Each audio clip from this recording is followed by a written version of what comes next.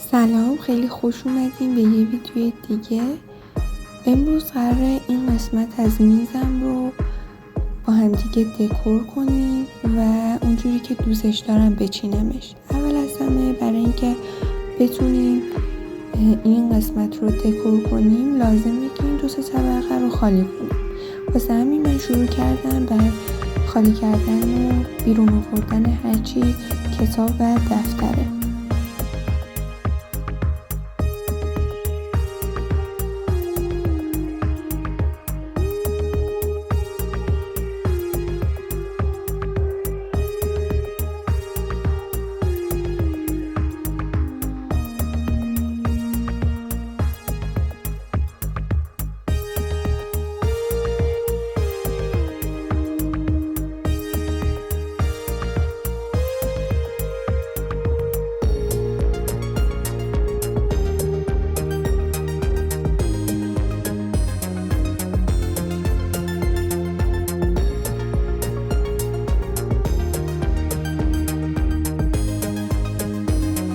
حالا که هر طبقه خالی شد شروع میکنم به گردگیری که اگر خاکی هستش گرفته بشه که موقعی که میخوام وسیله های جدید رو بچینم داخلش وسیله ها کثیف نشن و اون طبقه تمیز باشه.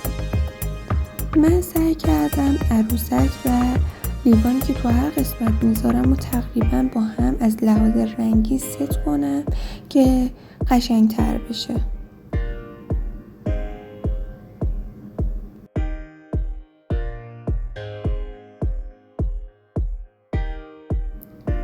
تو این قسمت من عروسک سالیوان رو گذاشتم که یه دونه ازش کوچولوترش هم دارم، اونم کنارش گذاشتم. همچنین 3 لیوانش هم داشتم، به خاطر همین دیدم کنارم خیلی قشنگ‌تر میشه. این 3 رو کنار هم گذاشتم.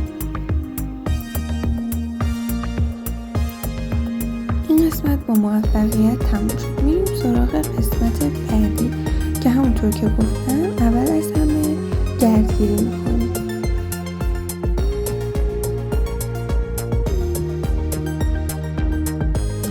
حالا که گردگیریش تمام شد شروع میکنم این قسمت رو هم چیدن.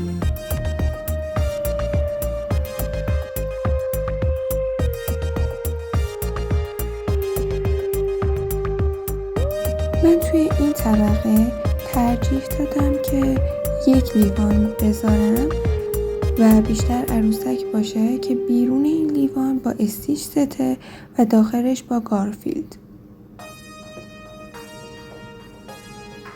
همونطور که میبینیم این قسمت رو هم تموم شد. میریم سراغ قسمت بعدی که باز هم با گردگیری شروع میشه.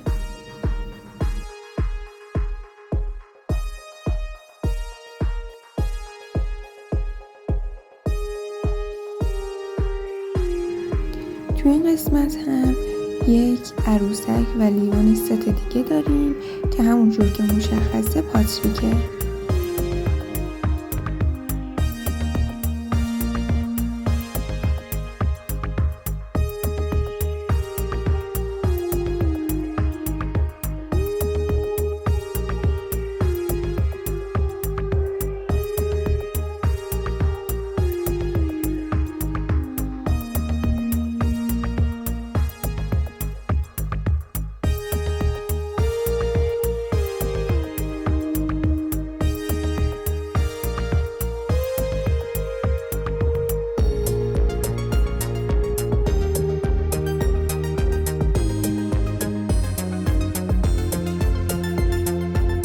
در اینجا همونطور که میبینید من یه دونه عروسک کوچیک مثل همون سالیوانی که توی طبقه بالا گذاشتیم از مایک داشتم که اون رو توی این قسمت گذاشتم. این قسمت هم با موفقیت تموم شد. حالا میخوام بهتون یه نمای کلی از کل طبقاتی که چیدیم نشون بدم. این قسمت 4 طبقه داره که 3 رو با هم دیگه چیدیم و طبقه که آخر سر میبینید از قبل چیده شده بود که مختص مجسماست و من فقط یکم گرد و خاکش رو گرفتم، به خاطر همین دیگه چیدنش رو شما ندیدیم. میریم سراغ 4 طبقه پایین که کوچولوترن. قسمت اول یک عروسک صورتی و یه شمع صورتی کنارش میذارم که نمیدونم رنگ صورتی شمع توی ویدیو کامل مشخص هست یا نه.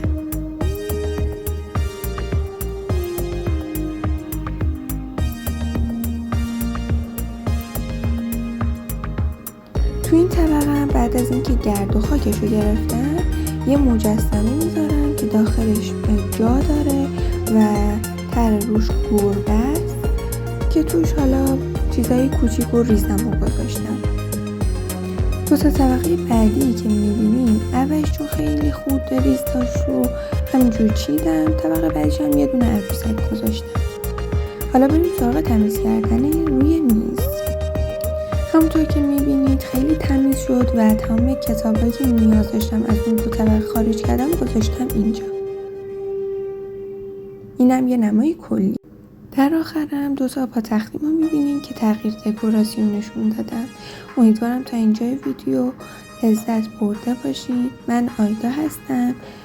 لایک و سابسکرایب یادتون نره. لطفا زنگوله رو فعال کنین که هر موقع ویدیو گذاشتم بتونید ببینید و بهتون اطلاع داده بشه. تا یه ویدیو دیگه، خدا نگهدار.